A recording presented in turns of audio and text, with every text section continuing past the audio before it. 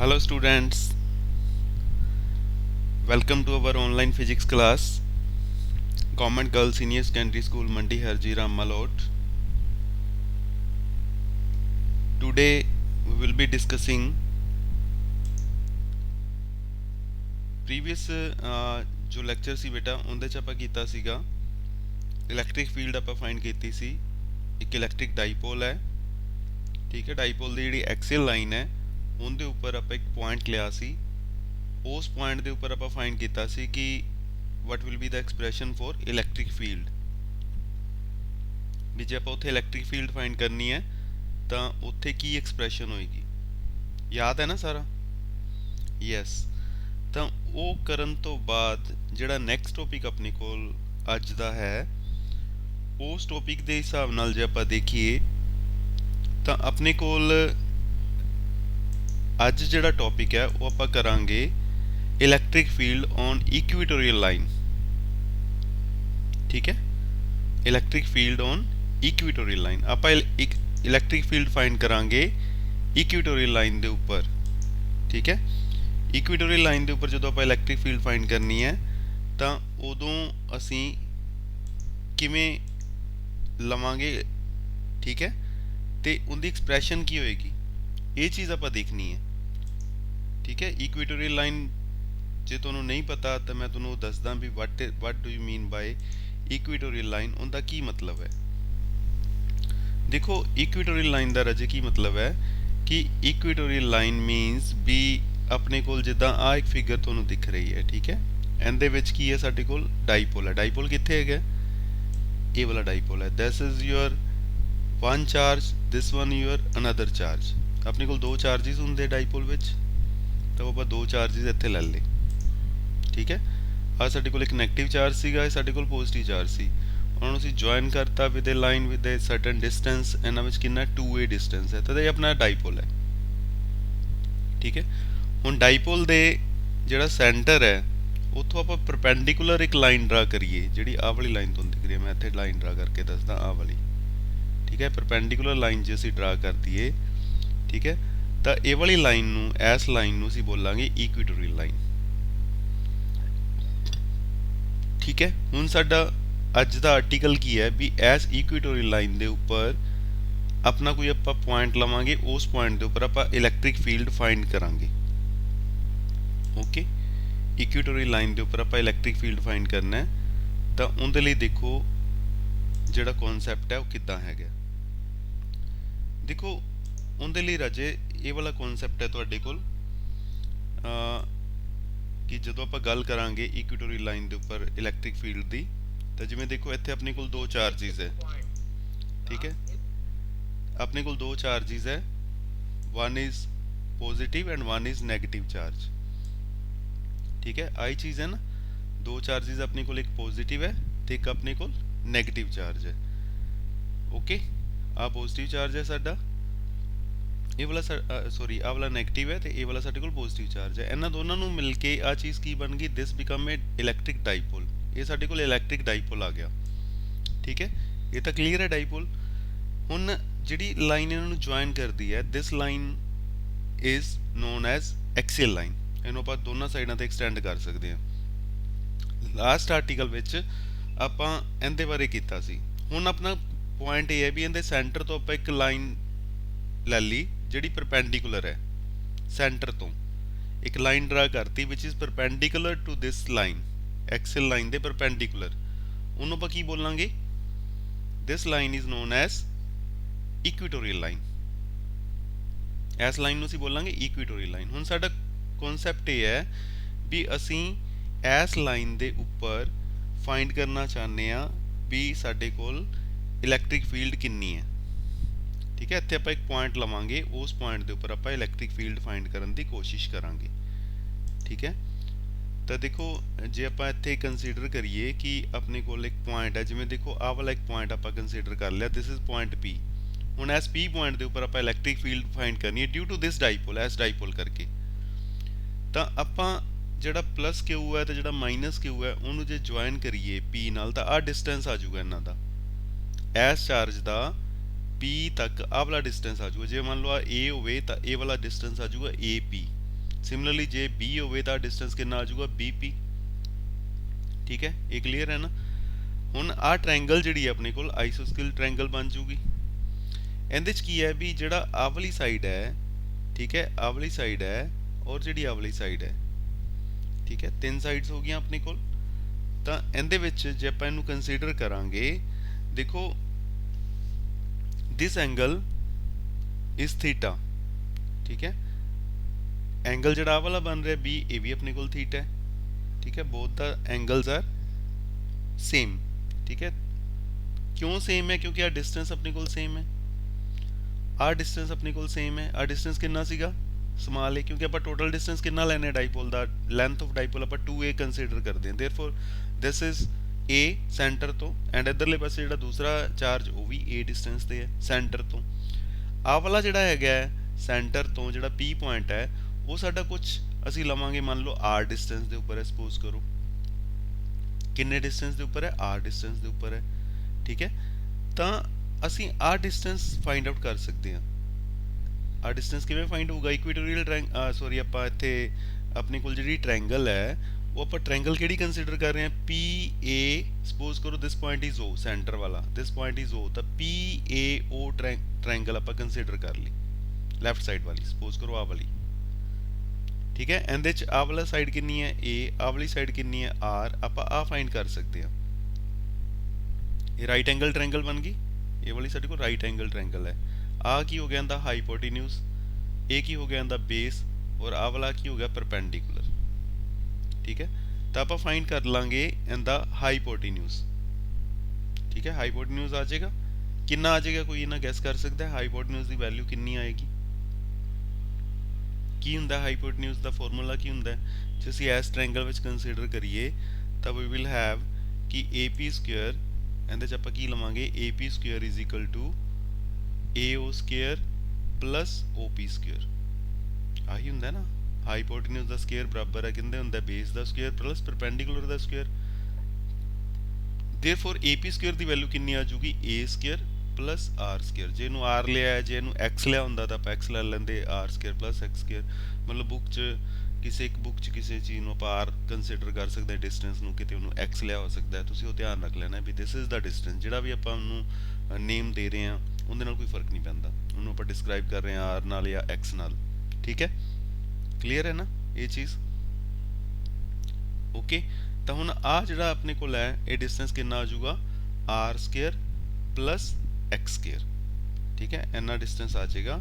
ਜੇ ਆਪਾਂ ਇਹਨੂੰ ਦੇਖੋ, ਜੇ ਇਹਨੂੰ ਆਪਾਂ ਦੇਖਾਂਗੇ ਆਪਣੀ ਫਿਗਰ ਦੇ ਹਿਸਾਬ ਨਾਲ, ਠੀਕ ਹੈ, ਤਾਂ ਆਪਾਂ ਇੱਥੇ ਜਿਹੜੀ ਫਿਗਰ ਹੈ ਉਹਦੇ 'ਚ ਦੇਖੋ ਆਹ ਆਪਣੇ ਕੋਲ ਕੀ ਸੀਗਾ? ਡਾਈਪੋਲ ਸੀਗਾ। ਆਹ ਇਕੁਏਟੋਰੀ ਲਾਈਨ ਆ ਗਈ, ਆਹ ਇੱਕ ਪੁਆਇੰਟ ਆਪਾਂ ਲੈ ਲਿਆ P, ਠੀਕ ਹੈ, ਇੱਥੇ। ਤਾਂ ਉਹ ਆਪਾਂ ਫਾਈਂਡ ਕਰ ਰਹੇ ਹਾਂ। ਇਹਨੂੰ ਮੈਂ ਤੁਹਾਨੂੰ ਇੱਕ ਫਿਗਰ ਇਹਦੀ ਇਕੱਲੇ ਦੀ ਦਿਖਾਣਾ, ਠੀਕ ਹੈ। ਇਕੁਏਟੋਰੀਅਲ ਜਦੋਂ ਆਪਾਂ ਗੱਲ ਕਰਦੇ ਹਾਂ ਤਾਂ this is the figure here. ਦੇਖੋ ਇਹਦੇ 'ਚ ਕੀ ਹੈ? This is your dipole. ਆਹ ਚੀਜ਼ ਥੱਲੇ, ਆਹ ਡਾਈਪੋਲ ਆਪਣੇ ਕੋਲ, ਠੀਕ ਹੈ। ਇਸ ਡਾਈਪੋਲ ਵਿੱਚ ਆਪਣੇ ਕੋਲ ਨੈਗੇਟਿਵ ਚਾਰਜ ਹੈ, ਆਪਣੇ ਕੋਲ ਪੋਜ਼ਿਟਿਵ ਚਾਰਜ ਹੈ। ਦਿਸ ਡਿਸਟੈਂਸ ਇਜ਼ ਯੋਰ 2a, ਆ ਪੂਰਾ ਡਿਸਟੈਂਸ 2a ਹੈ, ਤਾਂ ਇਹ ਡਾਈਪੋਲ ਬਣ ਗਿਆ। two equal and opposite charges separated by certain distance, ਤਾਂ this become a dipole। ਜਿਹੜੀ ਆਹ ਲਾਈਨ ਹੈ, ਇਹਨੂੰ ਆਪਾਂ ਜਿਹੜੀ ਲਾਈਨ ਡਰਾ ਕੀਤੀ ਹੈ ਇੱਥੇ, this line, ਇਹ ਆਪਣੇ ਕੋਲ ਲਾਈਨ ਕਿਹੜੀ ਹੈ? Axial line. ਹੁਣ ਐਕਸੀਅਲ ਲਾਈਨ ਦਾ ਆਪਾਂ ਸੈਂਟਰ ਲੈ ਲਿਆ, ਆਹ ਸੈਂਟਰ O ਹੈ, ਸੈਂਟਰ O ਹੈ ਦਾ ਮਤਲਬ ਇਧਰਲੇ ਪਾਸੇ ਡਿਸਟੈਂਸ ਕਿੰਨਾ ਹੋ ਗਿਆ? A। ਆਹ ਡਿਸਟੈਂਸ ਵੀ ਕਿੰਨਾ ਹੋ ਗਿਆ? A। ਓਕੇ, ਕਲੀਅਰ ਹੈ ਨਾ? ਤਾਂ ਵੀ ਡਿਸਟੈਂਸ ਦੋਨੋਂ ਕਿੰਨੇ ਆ? A।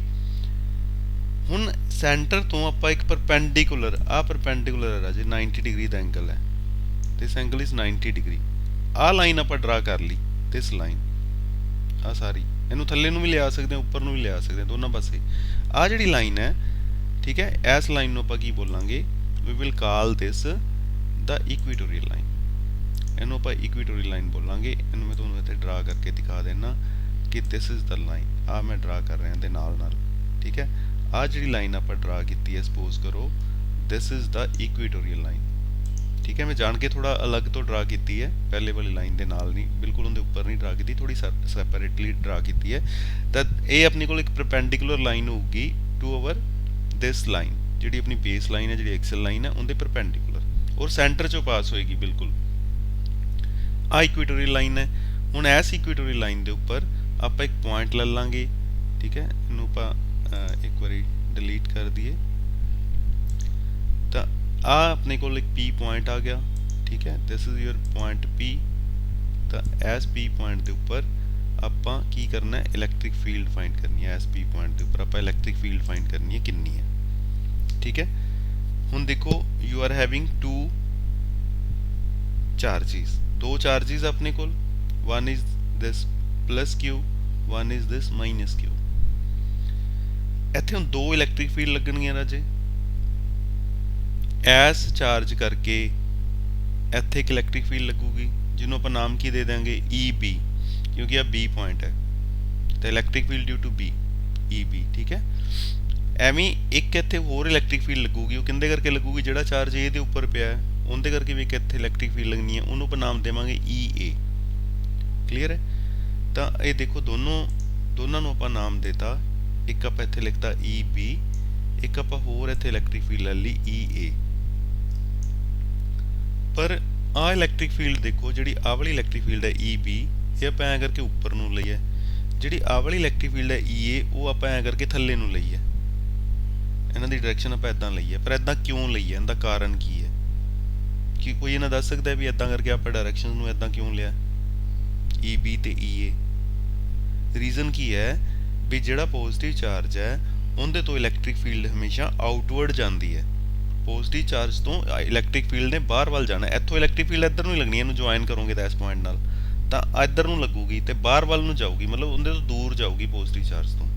Therefore this is the direction. दूसरा, जो नैगेटिव चार्ज है आ वाला पॉइंट पी है, इत्थे आप इलैक्ट्रिक फील्ड देखनी है, इस पॉइंट पी नूं तुसीं नैगेटिव चार्ज जिहड़ा भी चार्ज उहदे नाल ज्वाइन कर दोगे, इलैक्ट्रिक फील्ड एस दे अराउंड लगूगी, एस लाइन दे नाल नाल लगूगी। पर इलैक्ट्रिक फील्ड हमेशा नैगेटिव चार्ज वल नूं जांदी है। इलैक्ट्रिक चार्ज जिहड़ा है, जिहड़ा नैगेटिव चार्ज हुंदा है उस वल नूं साडी इलैक्ट्रिक फील्ड जांदी है। ठीक है, इस करके जिहड़ा इत्थे इलैक्ट्रिक फील्ड आऊगी किंदे करके, ए करके, जिन्हों असीं ई ए लिखांगे उन्होंने असीं किद्दां लवांगे, उन्होंने असीं इदां लवांगे थल्ले नूं। ठीक है, क्लीयर है, समझ गए, ओके हो गया ना। तो ये कॉन्सैप्ट हुंदा है, दो इलैक्ट्रिक फील्ड लगणगीਆਂ ई बी ते ई ए। हुण असीं इन्हां दोनों की वैल्यू फाइंड करांगे, फिर इन्हां दोनों का असीं सम ले लांगे, वो साडे कोल टोटल इलैक्ट्रिक फील्ड इत्थे लगूगी, वो टोटल इलैक्ट्रिक फील्ड आ वाली बनूगी जिन्हों असीं फाइंड करना चाहते हैं। असीं तो पूरे डाइपोल करके फाइंड करनी है ना, तो दो इलैक्ट्रिक फील्ड दोनों डिफरेंट चार्जिस करके लगणगीਆਂ, फिर आप उन्हां दोनों का रिजल्टेंट ले लांगे, तो वो अपने को टोटल इलैक्ट्रिक फील्ड आ जाएगा। ओके, क्लीयर हो गया इत्थों तक। ठीक है, हुण देखो अपने को जिहड़ा ये वाला कॉन्सैप्ट है, इनू जो आप लै रहे हैं तो इनू आप किद्दां फाइंड आउट करांगे, उहदे लई देखो आप किवें कर रहे हैं।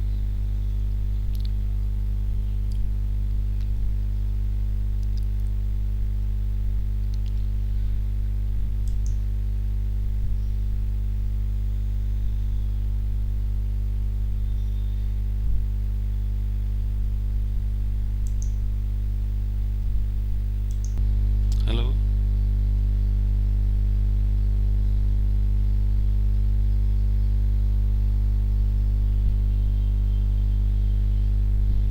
हाँ जी, आप गल कर रहे सी ना भी इत्थे दो अपने को डिफरेंट चार्जिस है, तो आ जिहड़ा पी पॉइंट है उत्थे अपने को इहदा मतलब दो इलैक्ट्रिक फील्ड्स लगणगीਆਂ, एक कैश चार्ज करके कैश चार्ज करके। ओके, तो यही चीज़ आप गल कर रहे हैं भी अपने को दो जिहड़े चार्जिस है उन्हां करके दो इलैक्ट्रिक फील्ड जिहड़ी है वो आप ई ए ते ई बी ले लिया। One electric field is your E A, that is due to charge which is placed at A, and other electric field is EB, the electric field due to the charge B which is placed at B, जिहड़ा B ते आपां रखिया। तो दोनों electric field की value कितनी हुंदी है, देखो इलैक्ट्रिक फील्ड की वैल्यू कितनी हुंदी है, जिहड़ा इलैक्ट्रिक फील्ड आपां फाइंड करते हैं ਮੰਨ ਲਓ E ਇਲੈਕਟ੍ਰਿਕ ਫੀਲਡ ਹੋਵੇ ਜੇ ਸਪੋਜ਼ ਕਰੋ, ਤਾਂ ਉਹਨੂੰ ਆਪਾਂ ਜਦੋਂ ਫਾਈਂਡ ਕਰਾਂਗੇ ਇਲੈਕਟ੍ਰਿਕ ਫੀਲਡ E, ਤਾਂ ਉਹ ਕਿੰਦੇ ਇਕੁਅਲ ਹੁੰਦਾ ਹੈ? ਉਹ ਕਿੰਦੇ ਇਕੁਅਲ ਹੁੰਦਾ ਆਪਾਂ ਉਹ ਫਾਰਮੂਲਾ ਆਪਣਾ ਜਨਰਲ ਫਾਰਮੂਲਾ ਕੀ ਹੈ 1/4 ਪਾਈ ਐਪਸਾਈਲਨ ਨੋਟ, ਹੈ ਨਾ। ਇਹ ਆਪਾਂ ਜਨਰਲ ਫਾਰਮੂਲਾ ਲਗਾ ਦਿੰਦੇ ਆ, ਠੀਕ ਹੈ। ਤੇ ਇਹਦੇ ਨਾਲ ਹੀ ਆਪਾਂ ਕੀ ਲਗਾਉਂਦੇ ਆ ਕਿਊ ਜਿਹੜਾ ਚਾਰਜ ਹੈ ਅਪੋਨ ਜਿੰਨਾ ਉਹਦਾ ਡਿਸਟੈਂਸ ਹੋਵੇ, ਸਪੋਜ਼ ਕਰੋ ਡਿਸਟੈਂਸ x ਹੈ ਤਾਂ ਉਹਦਾ ਆਪਾਂ ਕੀ ਲਗਾਉਂਦੇ ਆ ਸਕੁਅਰ, ਠੀਕ ਹੈ। ਤਾਂ ਇਹ ਆਪਣੇ ਕੋਲ ਇੱਕ ਜਨਰਲ ਫਾਰਮੂਲਾ ਹੈ ਇਲੈਕਟ੍ਰਿਕ ਫੀਲਡ ਫਾਈਂਡ ਕਰਨ ਦਾ, ਵੀ ਜਿਹੜਾ ਚਾਰਜ ਹੈ ਉਹਦੀ ਵੈਲਿਊ ਤੇ ਜਿਹੜਾ ਪੁਆਇੰਟ ਆਫ ਆਬਜ਼ਰਵੇਸ਼ਨ ਹੈ ਉਹ ਉਸ ਚਾਰਜ ਤੋਂ ਕਿੰਨੇ ਡਿਸਟੈਂਸ ਤੇ, ਮੰਨ ਲਓ x ਡਿਸਟੈਂਸ ਤੇ ਸਾਡਾ ਪੁਆਇੰਟ, ਤਾਂ ਉਹ ਉਹਦਾ ਸਕੁਅਰ ਡਿਸਟੈਂਸ ਦਾ 1/4 ਬਾਈ ਐਪਸਾਈਲਨ ਨੋਟ ਆਪਾਂ ਨੂੰ ਪਤਾ ਹੈ ਕਿ ਕਨਸਟੈਂਟ ਵੈਲਿਊ ਹੈ। ਤਾਂ ਸੇਮ ਚੀਜ਼ ਆਪਾਂ ਇੱਥੇ ਲਗਾਵਾਂਗੇ, EA ਫਾਈਂਡ ਕਰ ਰਹੇ ਹਾਂ ਆਪਾਂ, EA ਕਿੰਦੇ ਕੋਲ ਆ ਜਾਊਗਾ 1/4 ਬਾਈ ਐਪਸਾਈਲਨ ਨੋਟ ਕਿਊ ਅਪੋਨ ਜਿੰਨਾ ਡਿਸਟੈਂਸ ਹੈ, ਡਿਸਟੈਂਸ ਕਿੰਨਾ ਹੈ A ਦਾ ਡਿਸਟੈਂਸ ਹੈ ਤਾਂ AP ਉਹਦਾ ਸਕੁਅਰ। ਜਦੋਂ ਆਪਾਂ B ਦੀ ਲਵਾਂਗੇ ਉਦੋਂ ਉਹੀਓ ਫਾਰਮੂਲਾ 1/4 ਬਾਈ ਐਪਸਾਈਲਨ ਨੋਟ ਕਿਊ ਅਪੋਨ BP ਸਕੁਅਰ। ਹੁਣ AP ਤੇ BP ਕਿੰਨਾ ਹੋ ਜਾਊਗਾ ਉਹ ਅਸੀਂ ਪਾਈਥਾਗੋਰਸ ਥਿਓਰਮ ਲਗਾ ਸਕਦੇ। ਦੇਖੋ ਜਿਹੜੀ ਆਹ ਵਾਲੀ ਟ੍ਰਾਇੰਗਲ ਹੈ ਰਾਜੇ, ਆਹ ਵਾਲੀ ਟ੍ਰਾਇੰਗਲ ਹੈ ਮੰਨ ਲਓ ਇੰਨੀ ਇਹਦੇ 'ਚ ਆਪਾਂ ਨੂੰ ਪਤਾ ਹੈ ਆਹ ਡਿਸਟੈਂਸ ਕਿੰਨਾ ਆਪਣਾ, this distance is R, this distance is A, ਤਾਂ ਆਪਾਂ ਫਾਈਂਡ ਕਰ ਸਕਦੇ ਹਾਂ ਨਾ, ਦਿਸ ਇਜ਼ ਸਪੋਜ਼ X, ਇਹ ਮੰਨ ਲਓ ਆਪਣਾ X ਡਿਸਟੈਂਸ ਹੈ, ਇਹ ਆਪਾਂ ਫਾਈਂਡ ਕਰ ਸਕਦੇ ਹਾਂ ਬਾਈ ਯੂਜ਼ਿੰਗ ਪਾਈਥਾਗੋਰਸ ਥਿਓਰਮ ਕਿ x square is equal to a square plus this r square, ਠੀਕ ਹੈ।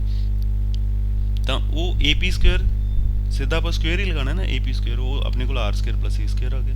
ਸਿਮਿਲਰਲੀ BP ਸਕੁਅਰ ਉਹ ਵੀ ਸੇਮ ਹੈ, ਇਸ ਕੇਸ 'ਚ ਵੀ ਸੇਮ ਹੈ। ਜਦੋਂ ਤੁਸੀਂ ਇੱਧਰਲੀ ਟ੍ਰਾਇੰਗਲ ਲਓਗੇ again this is A, this is your A, ਠੀਕ ਹੈ। ਆ ਆਪਣੇ ਕੋਲ ਉਵੇਂ ਹੀ R ਹੀ ਹੈ, ਆਪਾਂ ਆ ਫਾਈਂਡ ਕਰਨਾ ਹੈ, ਇਹ ਆਪਣੇ ਕੋਲ ਉਵੇਂ ਹੀ ਸੇਮ x ਆ ਜਾਊਗਾ, ਠੀਕ ਹੈ।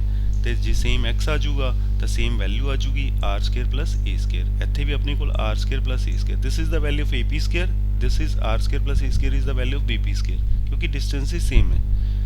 that means this value and this value ਇਹ ਦੋਨੋਂ ਵੈਲਿਊ ਸੇਮ ਹੈ। ਦੇਖੋ ਦੋਨੋਂ ਵੈਲਿਊ ਸੇਮ ਹੈ ਆਪਣੇ ਕੋਲ, ਮਤਲਬ ਜਿਹੜੀਆਂ ਇੱਥੇ ਦੋ ਇਲੈਕਟ੍ਰਿਕ ਫੀਲਡ ਲੱਗਣਗੀਆਂ, one due to this charge plus q and one due to this charge minus q, ਦੋ ਇਲੈਕਟ੍ਰਿਕ ਫੀਲਡ ਲੱਗਣਗੀਆਂ ਔਰ ਦੋਨਾਂ ਦਾ ਮੈਗਨੀਟਿਊਡ ਸੇਮ ਹੈ। ਡਾਇਰੈਕਸ਼ਨ ਜ਼ਰੂਰ ਡਿਫਰੈਂਟ ਹੈ, EB ਦੀ ਡਾਇਰੈਕਸ਼ਨ ਦੇਖੋ ਉਹ ਇੱਧਰ ਨੂੰ ਹੈ ਹਨਾ, ਇੱਦਾਂ ਜੇ EB ਦੀ ਡਾਇਰੈਕਸ਼ਨ ਇੱਧਰਲੇ ਪਾਸੇ ਹੈ ਤੇ ਜਿਹੜਾ EA ਹੈ ਉਹਦੀ ਡਾਇਰੈਕਸ਼ਨ ਆਪਣੇ ਕੋਲ ਨੀਚੇ ਨੂੰ ਹੈ, ਲਾਈਕ ਦਿਸ, ਉਹ ਇੱਧਰਲੇ ਪਾਸੇ ਨੂੰ ਹੈ ਅਲੋਂਗ ਦਿਸ ਲਾਈਨ PA, ਠੀਕ ਹੈ। ਤਾਂ ਡਾਇਰੈਕਸ਼ਨ ਜ਼ਰੂਰ ਡਿਫਰੈਂਟ ਹੈ ਬਟ ਜਿਹੜਾ ਮੈਗਨੀਟਿਊਡ ਹੈ ਦੈਟ ਇਜ਼ ਸੇਮ। ਇੱਥੇ ਲਿਖਿਆ ਹੋਇਆ along PA and along BP, ਇਹ ਉਹਦੀ ਡਾਇਰੈਕਸ਼ਨ ਆਪਾਂ ਦੱਸੀ ਹੋਈ ਹੈ। ਓਕੇ, ਇੱਥੋਂ ਤੱਕ ਕਲੀਅਰ ਹੈ। ਹੁਣ ਦੇਖੋ ਜਦੋਂ ਆਪਾਂ ਇਹਨੂੰ ਗੱਲ ਕਰਾਂਗੇ, ਜੇ ਆਪਾਂ ਇੱਧਰ ਦੇਖੀਏ, ਠੀਕ ਹੈ, ਇਸ ਕੇਸ ਵਿੱਚ ਜਦੋਂ ਆਪਾਂ ਦੇਖਦੇ ਪਏ ਹਾਂ ਤਾਂ ਆਪਣੇ ਕੋਲ ਜਿਹੜੀ ਇਲੈਕਟ੍ਰਿਕ ਫੀਲਡ ਹੈ ਉਹ ਆਪਣੇ ਕੋਲ ਦੋ ਇਲੈਕਟ੍ਰਿਕ ਫੀਲਡ ਆ ਗਈਆਂ ਰਾਜੇ, ਉਵੇਂ ਉਹਨੂੰ ਆਪਾਂ E1 E2 ਵੀ ਕੰਸੀਡਰ ਕਰ ਸਕਦੇ ਹਾਂ, EA EB ਵੀ ਕੰਸੀਡਰ ਕਰ ਸਕਦੇ, ਤੁਹਾਡੀ ਫਿਗਰ ਦੇ ਉੱਤੇ ਡਿਪੈਂਡ ਕਰਦਾ ਕਿੱਦਾਂ ਤੁਸੀਂ ਫਿਗਰ ਨੂੰ ਲੈ ਰਹੇ ਹੋ। ਤਾਂ ਇਹੀ ਚੀਜ਼ ਆਪਾਂ ਇੱਥੇ ਗੱਲ ਕਰ ਰਹੇ ਸੀ ਕਿ ਮੰਨ ਲਓ ਪਹਿਲੀ ਇਲੈਕਟ੍ਰਿਕ ਫੀਲਡ ਜਿਹੜੀ ਦੂਸਰੀ ਇਲੈਕਟ੍ਰਿਕ ਫੀਲਡ, ਦੋਨਾਂ ਦਾ ਮੈਗਨੀਟਿਊਡ ਆਪਣੇ ਕੋਲ ਸੇਮ ਆਊਗਾ ਔਰ ਸੇਮ ਉਹਨੂੰ ਆਪਾਂ E ਡੈਸ਼ ਮੰਨ ਲਿਆ ਕਿ ਸਪੋਜ਼ ਕਰੋ ਉਸ ਮੈਗਨੀਟਿਊਡ ਦੀ ਵੈਲਿਊ ਕਿੰਨੀ ਹੈ E ਡੈਸ਼ ਹੈ। ਹੁਣ ਆਪਾਂ E ਡੈਸ਼ ਦੀ ਵੈਲਿਊ ਫਾਈਂਡ ਆਊਟ ਕਰ ਲੈਂਦੇ ਹਾਂ। E ਡੈਸ਼ ਦੀ ਵੈਲਿਊ ਕਿੰਨੀ ਆਉਂਦੀ ਪਈ ਹੈ, ਉਹ ਮੰਨ ਲਓ E ਡੈਸ਼ ਦੀ ਉੱਪਰ ਵੈਲਿਊ ਦੇਖੋ 1/4 ਬਾਈ ਐਪਸਾਈਲਨ ਨੋਟ ਇਨਟੂ ਕੀ ਲਾਵਾਂਗੇ ਉੱਪਰ ਆਪਾਂ ਚਾਰਜ, ਚਾਰਜ ਕਿੰਨਾ ਹੈ, ਦੋਨੋਂ ਹੀ ਚਾਰਜ ਆ, ਮਾਈਨਸ ਕਿਊ ਹੋਵੇ ਜਾਂ ਪਲੱਸ ਕਿਊ ਹੋਵੇ, amount of charge is your Q, therefore ਆਪਾਂ ਇਹਨੂੰ ਕੀ ਕਰਾਂਗੇ, we will consider it charge as Q, ਠੀਕ ਹੈ। ਤਾਂ ਚਾਰਜ ਆਪਣੇ ਕੋਲ ਕਿੰਨਾ ਆਪਾਂ ਲਗਾ ਦੇਂਗੇ ਕਿਊ, ਨੀਚੇ ਕੀ ਲਗਾ ਦੇਂਗੇ ਆਪਾਂ ਡਿਸਟੈਂਸ ਦਾ ਸਕੁਅਰ, डिस्टेंस का स्क्वायर मतलब चाहे वो ए तो लेने पे हो तो AP डिस्टेंस हो जाएगा, B तो लेने पे हो तो BP डिस्टेंस हो जाएगा, उनका स्क्वायर मतलब x का स्क्वायर, आ दोनों वैल्यू सेम है, x है तो x का square, this is distance square, AP square लिख लो या BP स्क्वायर लिख दो या x स्क्वायर लिख दो, है ना, इक्को ही गल है। तो हुण x की वैल्यू जिहड़ी है वो पाइथागोरस थ्योरम तो फाइंड कर लांगे, ठीक है, x की वैल्यू वो पाइथागोरस थ्योरम तो फाइंड कर लांगे ना, वो r square plus a square आ जाएगा, x square is equal to r square plus a square by using Pythagoras theorem. तो x की वैल्यू कल्ले x की वैल्यू आ जाएगी under root r square plus a square, पर आप इत्थे x स्क्वायर की वैल्यू ही पुट अप करनी है ना, इलैक्ट्रिक फील्ड विच साडे कोल x दा स्क्वायर ही है, देयरफॉर आप उपरली वैल्यू जिहड़ी r square plus a square वो पुट अप कर देंगे। तो but you are getting 1/4 pi epsilon nought into q upon r square plus x square, ठीक है, this is your magnitude of electric field मतलब मैगनीट्यूड मतलब ਚਾਹੇ ਉਹ E1 ਹੈ ਚਾਹੇ ਉਹ E2 ਹੈ, ਦੋਨਾਂ ਦਾ ਮੈਗਨੀਟਿਊਡ ਇੰਨਾ ਹੀ ਹੈ, ਦੋਨਾਂ ਦੀ ਵੈਲਿਊ ਇੰਨੀ ਹੈ ਇਲੈਕਟ੍ਰਿਕ ਫੀਲਡ ਦੀ। ਮਤਲਬ ਦੋ ਇਲੈਕਟ੍ਰਿਕ ਫੀਲਡ ਹੈ, ਇੱਕ ਇੱਧਰ ਨੂੰ ਹੈ ਇੱਕ ਇੱਧਰ ਨੂੰ ਹੈ। ਆਪਾਂ ਇੱਥੇ P ਦੇ ਉੱਪਰ ਟੋਟਲ ਇਲੈਕਟ੍ਰਿਕ ਫੀਲਡ ਫਾਈਂਡ ਕਰਨੀ ਹੈ, ਠੀਕ ਹੈ। ਤੇ ਜਦੋਂ ਅਸੀਂ ਟੋਟਲ ਇਲੈਕਟ੍ਰਿਕ ਫੀਲਡ ਫਾਈਂਡ ਕਰਨੀ ਹੈ ਤਾਂ ਉਹ ਅਸੀਂ ਹੁਣ ਕਿਵੇਂ ਫਾਈਂਡ ਕਰਾਂਗੇ, ਉਹਦੇ ਲਈ ਅਸੀਂ ਕਿਵੇਂ ਕਰਾਂਗੇ, ਦੇਖੋ ਦੋਨੋਂ ਇਲੈਕਟ੍ਰਿਕ ਫੀਲਡ ਦੀਆਂ ਵੈਲਿਊਜ਼ ਆ ਗਈਆਂ। ਹੁਣ ਸਾਡੀ ਇੱਥੇ ਇਲੈਕਟ੍ਰਿਕ ਫੀਲਡ ਆਊਗੀ ਜਿਹੜੀ ਇਹਨਾਂ ਦੋਨਾਂ ਦਾ ਸਮ ਆਊਗਾ। ਜੇ ਆ ਐਂਗਲ ਆਪਣਾ ਥੀਟਾ ਹੋਵੇ ਤਾਂ ਨੈਚੁਰਲੀ ਇੱਧਰਲੇ ਪਾਸੇ ਐਂਗਲ ਥੀਟਾ ਬਣੂਗਾ। ਆ ਐਂਗਲ ਥੀਟਾ ਹੋਵੇ ਤਾਂ ਇਸ ਜਗ੍ਹਾ ਤੇ ਵੀ ਐਂਗਲ ਥੀਟਾ ਬਣੂਗਾ, ਹੈ ਨਾ। ਇਹ ਤਾਂ ਮੈਥਮੈਟੀਕਲ ਕਨਸੈਪਟ ਹੈ ਵੀ ਆਲਟਰਨੇਟ ਐਂਗਲਸ ਜਾਂ ਸਿਮਿਲਰ ਐਂਗਲਸ ਇੱਦਾਂ ਕਰਕੇ ਆਪਾਂ ਲਗਾ ਸਕਦੇ ਹਾਂ, ਠੀਕ ਹੈ। ਤਾਂ ਉਹ ਆਪਣੇ ਕੋਲ ਐਂਗਲ ਆਹ ਵਾਲਾ ਐਂਗਲ ਥੀਟਾ ਹੋ ਗਿਆ, ਆਹ ਵਾਲਾ ਐਂਗਲ ਵੀ ਥੀਟਾ ਹੋ ਗਿਆ। ਹੁਣ ਦੇਖੋ ਤੁਸੀਂ ਧਿਆਨ ਨਾਲ ਵੀ ਜਿਹੜੀ ਆਹ ਵਾਲੀ ਇੱਕ ਇਲੈਕਟ੍ਰਿਕ ਫੀਲਡ ਹੈ E1 ਮਤਲਬ ਜਿਹੜੀ P ਕਰਕੇ ਲੱਗਦੀ ਪਈ ਹੈ, ਮਤਲਬ ਐਸ ਚਾਰਜ ਕਰਕੇ ਲੱਗਦੀ ਪਈ ਹੈ, ਓਕੇ। ਇਸ ਇਲੈਕਟ੍ਰਿਕ ਫੀਲਡ ਨੂੰ ਅਸੀਂ ਦੋ ਕੰਪੋਨੈਂਟਸ 'ਚ ਰਿਜ਼ੋਲਵ ਕਰ ਸਕਦੇ ਹਾਂ। ਕਿਵੇਂ, ਇੱਕ ਇੱਧਰਲੇ ਪਾਸੇ ਨੂੰ, ਇੱਕ ਅਸੀਂ ਕੰਪੋਨੈਂਟ ਆਹ ਵਾਲਾ ਲੈ ਲਾਂਗੇ ਜਿਹੜਾ ਬਲੂ ਲਾਈਨ ਨਾਲ ਅਸੀਂ ਸ਼ੋ ਕੀਤਾ ਹੈ। ਆਹ ਵਾਲਾ ਐਂਗਲ ਥੀਟਾ, ਇਹ ਤੁਹਾਨੂੰ ਪਹਿਲੇ ਵੀ ਪਿਛਲੀ ਕਲਾਸ 'ਚ ਵੀ ਆਪਾਂ ਦੱਸਿਆ ਹੋਇਆ ਹੈ ਵੀ ਜਿੱਧਰਲੇ ਪਾਸੇ ਐਂਗਲ ਥੀਟਾ ਬਣਦਾ ਉਧਰਲੇ ਪਾਸੇ ਉਹਦੀ ਵੈਲਿਊ ਕਿੰਨੀ ਬਣ ਜੂਗੀ ਵਿਦ ਕੋਸ ਥੀਟਾ। ਜਿੱਧਰ ਥੀਟਾ ਨਹੀਂ ਬਣਦਾ ਹੁੰਦਾ ਐਂਗਲ, ਉਧਰਲੇ ਪਾਸੇ ਵੈਲਿਊ ਕੀ ਬਣ ਜਾਂਦੀ ਹੈ, ਸਾਈਨ ਥੀਟਾ, ਠੀਕ ਹੈ। ਤਾਂ ਇਹਦਾ ਮਤਲਬ ਇਸ ਜਗ੍ਹਾ ਤੇ ਅਸੀਂ ਕੀ ਵੈਲਿਊ ਲਿਖਾਂਗੇ, E1 ਕੋਸ ਥੀਟਾ। ਆਹ ਵਾਲੀ ਵੈਲਿਊ ਕਿੰਨੀ ਆ ਜੂਗੀ, E1 sign theta. Okay, clear ਹੈ, ਠੀਕ ਹੈ ਨਾ। ਤਾਂ ਉਸੇ ਚੀਜ਼ ਨੂੰ ਅਸੀਂ ਲੈ ਰਹੇ ਹਾਂ, ਦੇਖੋ E1 ਸਾਈਨ ਥੀਟਾ, ਹੈ ਨਾ। ਇਹਨੂੰ ਅਸੀਂ E ਡੈਸ਼, ਮਤਲਬ ਅਸੀਂ ਕੀ ਕੀਤਾ ਵੀ ਆਹ ਵਾਲੀ ਵੈਲਿਊ E1 ਹੈ, ਆਹ ਵਾਲੀ ਵੈਲਿਊ E2 ਹੈ, ਪਰ ਦੋਨਾਂ ਦੀ ਵੈਲਿਊ ਸੇਮ ਹੈ, ਮੈਗਨੀਟਿਊਡ ਸੇਮ ਹੈ। ਉਹਨੂੰ ਅਸੀਂ E ਡੈਸ਼ ਨਾਲ ਕੈਲਕੂਲੇਟ ਕੀਤਾ ਸੀਗਾ, ਮਤਲਬ ਦੋਨਾਂ ਦਾ ਮੈਗਨੀਟਿਊਡ ਸੇਮ ਹੈ। ਇਹਦਾ ਮਤਲਬ ਆਹ ਵਾਲਾ ਮੈਗਨੀਟਿਊਡ ਵੀ ਉਨਾ ਹੈ, ਆਹ ਵਾਲਾ ਮੈਗਨੀਟਿਊਡ ਵੀ ਉਨਾ ਹੈ। ਤਾਂ ਜਦੋਂ ਅਸੀਂ ਇਹਦੀ ਵੈਲਿਊ ਨੂੰ ਇਹਨੂੰ ਅਸੀਂ ਦੋ ਕੰਪੋਨੈਂਟਸ 'ਚ ਰਿਜ਼ੋਲਵ ਕਰਤਾ, ਇੱਕ ਇੱਧਰਲੇ ਪਾਸੇ ਇੱਕ ਇੱਧਰਲੇ ਪਾਸੇ, ਤਾਂ ਇੱਧਰਲੇ ਪਾਸੇ ਉਹਦੀ ਵੈਲਿਊ ਕਿੰਨੀ ਆ ਗਈ, E ਡੈਸ਼ ਸਾਈਨ ਥੀਟਾ। ਇੱਧਰਲੇ ਪਾਸੇ ਕਿੰਨੀ ਵੈਲਿਊ ਆ ਜੂਗੀ, E ਡੈਸ਼ ਕੋਸ ਥੀਟਾ। ਇਹ ਓਕੇ ਹੈ। ਇਹ ਅਸੀਂ ਕਿਹਨੂੰ ਕੀਤਾ, ਸਿਰਫ ਐਸ E1 ਨੂੰ ਹਜੇ ਅਸੀਂ ਰਿਜ਼ੋਲਵ ਕੀਤਾ। ਸਿਮਿਲਰਲੀ ਅਸੀਂ E2 ਨੂੰ ਵੀ ਰਿਜ਼ੋਲਵ ਕਰਾਂਗੇ, ਠੀਕ ਹੈ। ਅਸੀਂ E2 ਨੂੰ ਵੀ ਰਿਜ਼ੋਲਵ ਕਰਾਂਗੇ। ਜਦੋਂ ਅਸੀਂ E2 ਨੂੰ ਰਿਜ਼ੋਲਵ ਕਰਾਂਗੇ ਫਿਰ ਦੇਖੋ ਆਹ ਚੀਜ਼ ਬਣ ਰਹੀ ਹੈ। ਜਦੋਂ ਅਸੀਂ E2 ਨੂੰ ਰਿਜ਼ੋਲਵ ਕੀਤਾ, ਆਹ E2 ਹੈ ਮੇਰੇ ਕੋਲ, ਠੀਕ ਹੈ। ਇਹਨੂੰ ਮੈਂ ਆਹ ਵਾਲਾ ਐਂਗਲ ਥੀਟਾ ਹੈ, ਆਹ ਵਾਲਾ ਐਂਗਲ ਥੀਟਾ ਹੈ, ਇੱਕ ਲਾਈਨ ਆਹ ਵਾਲੀ ਹੈ, ਇੱਕ ਲਾਈਨ ਥੱਲੇ ਨੂੰ ਹੈ। ਜਿੱਧਰਲੇ ਪਾਸੇ ਐਂਗਲ ਥੀਟਾ ਹੈ ਉਧਰਲੇ ਪਾਸੇ ਕੀ ਬਣੂਗਾ, ਕੋਸ ਆਫ ਥੀਟਾ। ਜਿੱਧਰਲੇ ਪਾਸੇ ਨਹੀਂ ਹੈਗਾ ਉਧਰਲੇ ਪਾਸੇ ਕੀ ਬਣੂਗਾ, ਸਾਈਨ ਆਫ ਥੀਟਾ। ਇਹਦਾ ਮਤਲਬ ਜਿਹੜਾ ਆਹ ਵਾਲਾ ਹੈ ਕੰਪੋਨੈਂਟ, ਇਹ ਤੁਹਾਡਾ ਕੀ ਬਣ ਜੂਗਾ, E ਡੈਸ਼ ਸਾਈਨ ਥੀਟਾ। ਆਹ ਕੰਪੋਨੈਂਟ ਕੀ ਬਣ ਜੂਗਾ again, E dash cos theta. ਤਾਂ ਦੋ ਕੰਪੋਨੈਂਟਸ ਤੁਹਾਡੇ ਕੋਲ ਇੱਥੇ ਬਣਨਗੇ E2 ਕਰਕੇ ਵੀ, ਠੀਕ ਹੈ। ਉਹ ਕਿੰਨੇ ਕਿੰਨੇ ਆ ਗਏ, ਦੇਖੋ ਉਹ ਕਿੰਨੇ ਕਿੰਨੇ ਆ ਗਏ, E dash cos theta, E dash sine theta. ਹੁਣ ਦੇਖੋ ਇਸ ਜਗ੍ਹਾ ਤੇ ਦੇਖੋ ਆਹ ਜਿਹੜੀ ਵਰਟੀਕਲ ਲਾਈਨ ਹੈ ਉਹਦੇ ਅਲੋਂਗ ਜੇ ਆਪਾਂ ਦੇਖੀਏ, ਇੱਕ ਉੱਪਰ ਨੂੰ ਹੈ, ਉਹਦੀ ਵੈਲਿਊ ਕਿੰਨੀ ਹੈ, E ਡੈਸ਼ ਸਾਈਨ ਥੀਟਾ। ਇੱਕ ਥੱਲੇ ਨੂੰ ਹੈ, ਉਹਦੀ ਵੈਲਿਊ ਕਿੰਨੀ ਹੈ, E dash sine theta. E dash same ਹੈ, ਸਾਈਨ ਥੀਟਾ ਸੇਮ ਹੈ। ਤਾਂ ਦੋ ਵੈਕਟਰਸ ਹੈ, ਆਪੋਜ਼ਿਟ ਡਾਇਰੈਕਸ਼ਨ 'ਚ ਹੈ। ਤਾਂ ਇਹਨਾਂ ਵੱਲੋਂ ਇਹ ਦੋਨੋਂ ਵੈਕਟਰ ਇੱਕ ਦੂਜੇ ਨੂੰ ਕੀ ਕਰ ਦੇਣਗੇ, ਕੈਂਸਲ। ਇਹਨਾਂ ਦੋਨਾਂ ਦਾ ਇਫੈਕਟ ਕੈਂਸਲ ਹੋ ਜਾਏਗਾ, E ਡੈਸ਼ ਸਾਈਨ ਥੀਟਾ ਦਾ ਤੇ ਆਹ ਵਾਲਾ E ਡੈਸ਼ ਸਾਈਨ ਥੀਟਾ ਦਾ, ਕਿਉਂਕਿ ਇੱਕ ਅਪਵਰਡ ਡਾਇਰੈਕਸ਼ਨ 'ਚ ਹੈ, ਇੱਕ ਡਾਊਨਵਰਡ ਡਾਇਰੈਕਸ਼ਨ 'ਚ ਹੈ। They both will cancel out each other. ਇਹ ਦੋਨੋਂ ਇੱਕ ਦੂਜੇ ਨੂੰ ਕੈਂਸਲ ਕਰ ਦੇਣਗੇ। ਇੱਥੋਂ ਤੱਕ ਕਲੀਅਰ ਹੋ ਗਿਆ। ਹੁਣ ਆਪਣੇ ਕੋਲ ਕੀ ਰਹਿ ਜਾਊਗਾ ਫਿਰ, ਇਹਨਾਂ ਦੋਨਾਂ ਨੇ ਦੇਖੋ ਇੱਕ ਦੂਜੇ ਨੂੰ ਕੈਂਸਲ ਕਰਤਾ, ਠੀਕ ਹੈ। ਆਹ ਦੋਨਾਂ ਨੇ ਇੱਕ ਦੂਜੇ ਨੂੰ ਕੈਂਸਲ ਕਰਤਾ। ਆਪਣੇ ਕੋਲ ਆਹ ਕੰਪੋਨੈਂਟ ਰਹਿ ਗਏ ਦੋ, ਇੱਕ ਉੱਪਰਲੇ ਕਰਕੇ E ਡੈਸ਼ ਕੋਸ ਥੀਟਾ, ਇੱਕ ਥੱਲੜੇ ਕਰਕੇ E ਡੈਸ਼ ਕੋਸ ਥੀਟਾ। ਇਹਦਾ ਮਤਲਬ ਇੱਧਰਲੇ ਪਾਸੇ ਨੂੰ ਟੋਟਲ ਇਲੈਕਟ੍ਰਿਕ ਫੀਲਡ ਕਿੰਨੀ ਆ ਜੂਗੀ, ਇਹਨਾਂ ਦੋਨਾਂ ਦਾ ਸਮ। ਇੱਧਰਲੇ ਪਾਸੇ ਟੋਟਲ ਇਲੈਕਟ੍ਰਿਕ ਫੀਲਡ ਕਿੰਨੀ ਆ ਜੂਗੀ, ਇਹਨਾਂ ਦੋਨਾਂ ਦਾ ਸਮ ਆ ਜੂਗਾ। ਤਾਂ ਉਹਨੂੰ ਅਸੀਂ ਇੱਥੇ ਫਾਈਂਡ ਕਰ ਲਾਂਗੇ ਵੀ E dash total electric field E dash will be equal to 2 times E dash cos theta, क्योंकि एक E dash cos theta ऊपरली इलेक्ट्रिक फील्ड करके है, एक E dash cos theta third electric field करके है। तो दोनों क्योंकि सेम डायरेक्शन च है, दोनों का सम हो जाऊगा E dash cos theta plus E dash cos theta, that will be equal to 2 E dash cos theta, therefore we have written 2 E dash cos theta। हुण E dash की वैल्यू अपने को आ पई 1.45 sine line nought Q by R square plus A square. आप इत्थे value put up कर देंगे, ठीक है। तो वो तुसीं इत्थे वैल्यू पुटअप करोगे तो what you will be getting 2 into E dash की थां ते आपां वाली वैल्यू सारी पुटअप कर दीए। तो what you are getting this thing 1.45 sine line nought, ठीक है। नाल की आ जाएगा Q upon R square plus A square, ठीक है। ये तो अपनी वैल्यू किंदी आपां पुटअप करती ई डैश की, नाल अपने कोल की है आ वाला कोस थीटा, तो नाल असीं इत्थे कोस थीटा की वैल्यू पुटअप करनी है। हुण वो कोस थीटा किन्ना है ਉਹ ਫਾਈਂਡ ਕਰਾਂਗੇ। ਠੀਕ ਹੈ, ਕੋਸ ਥੀਟਾ ਨੂੰ ਫਾਈਂਡ ਕਰਨ ਲੱਗਿਆ ਅਸੀਂ ਆਹ ਵਾਲੀ ਇੱਕ ਟ੍ਰਾਇੰਗਲ ਚੂਜ਼ ਕਰ ਲਈ। ਮੰਨ ਲਓ ਕਿਹੜੀ ਟ੍ਰਾਇੰਗਲ ਹੈ ਵਾਲੀ, ਏ ਓ ਪੀ। ਆਹ ਟ੍ਰਾਇੰਗਲ, ਆਹ ਥੀਟਾ ਐਂਗਲ ਹੈ। ਕੋਸ ਆਫ ਥੀਟਾ ਦਾ ਮਤਲਬ ਬੇਸ ਤੇ ਹਾਈਪੋਟੇਨਿਊਜ਼। ਬੇਸ ਕਿੰਨਾ ਹੈ ਏ, ਹਾਈਪੋਟੇਨਿਊਜ਼ ਕਿੰਨਾ ਹੈ ਐਕਸ। ਤਾਂ ਉਹ ਅਸੀਂ ਕੋਸ ਥੀਟਾ ਇੱਥੇ ਲੈ ਲਾਂਗੇ। Cos theta will be equal to how much, a upon x. ਠੀਕ ਹੈ, ਤਾਂ ਐਕਸ ਦੀ ਵੈਲਿਊ ਆਪਾਂ ਹੁਣੇ ਇੱਥੇ ਫਾਈਂਡ ਕੀਤੀ ਸੀ ਨਾ, this value under root a r square plus a square, this is only x. ਠੀਕ ਹੈ, ਇੱਥੇ ਆਪਾਂ ਇਕੱਲਾ ਐਕਸ ਹੈ ਇਸ ਲਈ ਐਕਸ ਦੀ ਵੈਲਿਊ ਪੁੱਟ ਅਪ ਕਰਾਂਗੇ। ਤਾਂ ਉਹ ਅਸੀਂ ਇੱਥੇ ਵੈਲਿਊ ਪੁੱਟ ਅਪ ਕਰਤੀ ਕੋਸ ਥੀਟਾ ਦੀ। ਦੇਖੋ ਏ ਅਪੋਨ ਐਕਸ, ਐਕਸ ਦੀ ਥਾਂ ਤੇ ਕੀ ਪੁੱਟ ਅਪ ਕਰਤਾ, R square plus a square.